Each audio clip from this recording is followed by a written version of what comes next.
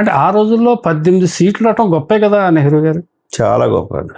ఉమ్మడి రాష్ట్రంలో 18 సీట్స్. అది గొప్ప. పార్టీ కలిసిపోవడానికి మెర్జ్ అయిపోవడానికి ఆ 18 సీట్లే కారణం. ఎందుకు ఇతను ఆ రాంగ్ స్టెప్ తీసుకున్నాడండి? కాంగ్రెస్ ఇక్కడ నెగ్గిన 18 మంది కూడా కాంగ్రెస్ లో కలిసిపోదాం అనే వాళ్ళు ఒకళ్ళిద్దరు తప్పించి. ఓకే, ఈ కన్నబాబు గారు ఏమన్నా ఇతనికి రాంగ్ డైరెక్షన్ ఇచ్చాడని చెప్పేసి ఒక ప్రచారం నడిచింది, అది వాస్తవం? తప్పది. కన్నబాబు అయితే ఏ డైరెక్షన్ ఇవ్వలేదు చిరంజీవి గారికి అండి. అతను స్వతహాగానే వెళ్ళిపోవాలి, ఇంకా మనకు అవసరం లేదు. లేదు కన్నబాబు పార్టీలో వెళ్ళిపోవాలని వాళ్ళు లేడు, పార్టీ కొనసాగాలన్న వాళ్ళనే ఉన్నాడండి. అంటే చిరంజీవి గారికి ఆ బుద్ధి పుట్టిందా, ఇంకా మనకి రాజకీయాలు ఎందుకు మనకి? లేదు ఎమ్మెల్యేస్ లో ఉన్నారు 18 మందిలో ఎక్కువ మంది ఒకళ్ళిద్దరే పార్టీ ఉండాలని వాళ్ళు. ఈ ఎక్కువ మందిని రాజశేఖర రెడ్డి గారు ఏమైనా ఇన్ఫ్లుయెన్స్ చేశారు అప్పట్లో తన పార్టీలో కలుపుకోవడం కోసం? వీళ్ళు ఏమన్నా అప్పటికి రాజశేఖర రెడ్డి కాదు కదా, కరుణ్ కుమార్ రెడ్డి. వీళ్ళు మెర్జ్ అయ్యేటప్పుడు కరుణ్ కుమార్ రెడ్డి. అప్పుడు ఆయన లేడండి, ఆయన రాజశేఖర రెడ్డి గారు లేడు. రోసయ్య గారు మాత్రం ఎక్కువ చిరంజీవి గారిని కలుపుకోవడానికి ప్రయత్నం చేసేవాడు. ఓకే, అయితే సరే ఆయన ఎన్నో సందర్భాల్లో పిలుచుకుని ఖాళీగా ఉంటే ఒకసారి మీరు అని పిలుచుకుని మీరు అడిగారా చిరంజీవి గారిని, ఇదేంటండి ఎంత చేసి మీరు కాంగ్రెస్ పార్టీలోకి ఎందుకు ఇచ్చేసారు అని? నేను వద్దని వ్యతిరేకించాను. ఆ పిఆర్పిని అలాగే ఉంచమని అన్నారా? అడిగాను. ఆయన ఏమన్నాడండి మరి? ఆయన అప్పటికే ఒక డిసైడ్మెంట్కి వచ్చాడు ఆయన. కానీ సార్ చిరంజీవి గారు పార్టీ కలపకుండా అలాగే ఉంటే సమైక్యాంధ్రలో ఆయన ఏమైనా ముఖ్యమంత్రి అవడానికి అవకాశం ఉందంట? డెఫినెట్గా ఉంది సార్. దానికి కారణం ఏంటంటే అతను కాంగ్రెస్, తెలుగుదేశం,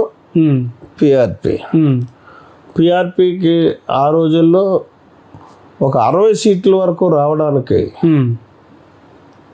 ఖచ్చితంగా అవకాశం ఉంది. 60 సీట్లతో ఇతను కూర్చున్నప్పుడు కింగ్ మేకర్ అవుతాడు. అటో ఇటో వచ్చి ఇతను ముఖ్యమంత్రి చేస్తారు. డెఫినెట్గా సీఎం అవుతుంది. లేదు గాలి మనం అనుకున్నట్టు గాలి కానీ వచ్చింది అనుకోండి, ఇండివిజువల్ గానే అవును. ఇన్ కేస్ కాకపోయినా 60 సీట్లు డెఫినెట్గా వచ్చును, ఇతను ముఖ్యమంత్రి అవును. అదే మేము ఆ క్యాలిక్యులేషన్ చెప్పాం అంతానే.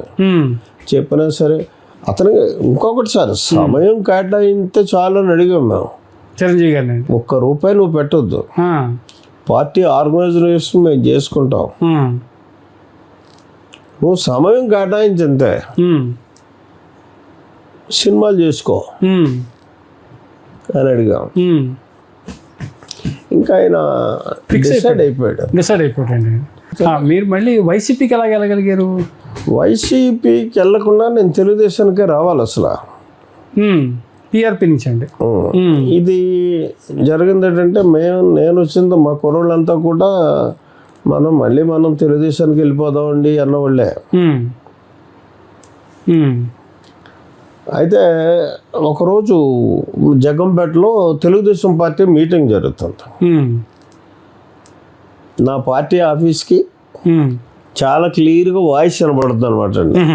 వాళ్ళు మీటింగ్ పెట్టుకున్న ప్లేస్ నుంచి యనమల రామకృష్ణుడు గారు ముఖ్య అతిథిగా వచ్చాడు. యనమల రామకృష్ణుడు గారు ముఖ్య అతిథిగా వచ్చారు. వీళ్ళు ఏదో డిస్కషన్ అయ్యి ఉంటుంది ముందు లోపల. వాళ్ళు వస్తానంటున్నారు, వీళ్ళు వస్తానంటున్నారు.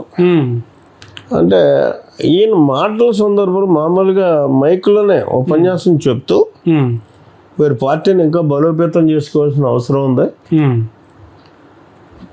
మీరు ఎవరు వచ్చినా పార్టీలో జాయిన్ చేసుకోండి, అతను ఒక్కడిని తప్ప. అంటే పేరు ఎత్తుకున్నాడండి, జ్యోతి నెహ్రూ గారిని ఎత్తుకోలేదండి, పేరు ఎత్తుకోలేదు, అతను ఒక్కడిని తప్ప అన్నాడు. ఓకే, ఇంకా అతను ఒక్కడిని తప్ప అంటే ఎవడో నేనే అంటే ఈ అమ్మాయి వీడికి ఇంకా పోలేదు. సరే అతను ఒకడిని తప్పు అంటున్నాడు కాబట్టి ఆ తప్పేటో చూపెడదాంలే మనం అని చెప్పేసి అప్పటికి ఆల్రెడీ నేను బాబు గారు నన్ను పిలవడం, నేను వస్తానని ఆయనతో చెప్పడం అన్నీ అయిపోయినాయి. ఎప్పుడైతే ఇంకా ఇతనికి దుర్బుద్ధి పోలేదు, వీడితో వెళ్ళి ఇంటర్నల్ పోరాటం కంటే ఆగడమే మంచిది మనం. అందులో ఉంటే ఇటు గెలుతున్నాడు, ఆయన గెలుతున్నాడు, నేను అక్కడ ఉంటే నేను నా గెలుపు ఓటమి తర్వాత, కానీ నేను దూరంగా ఉంటే అతను ఓడిపోతాడు. సరే అది చేసి చూపేద్దాం ఒకసారి అని చెప్పి ఆగిపోయాను. ఆగిపోయి ఇండిపెండెంట్గానే వర్కౌట్ చేసుకుని వాళ్ళు నాకేం క్యాడర్ లోటు లేదు. అవునండి, జనంలో అఫీషియల్స్ వచ్చి ఎమ్మెల్యేగా ఉన్నప్పుడు ఎలా గౌరవించేవారో, అధికార పార్టీలో ఉన్నప్పుడు ఎలా గౌరవించేవారో అదే రకంగా గౌరవించేవారు. ఈవెన్ కలెక్టర్తో సైతంగా ఎవడైనా సరే, ఇంక్లూడింగ్ మంత్రులతో సైతంగా అందరూ ఫేవర్గానే ఉండేవారు.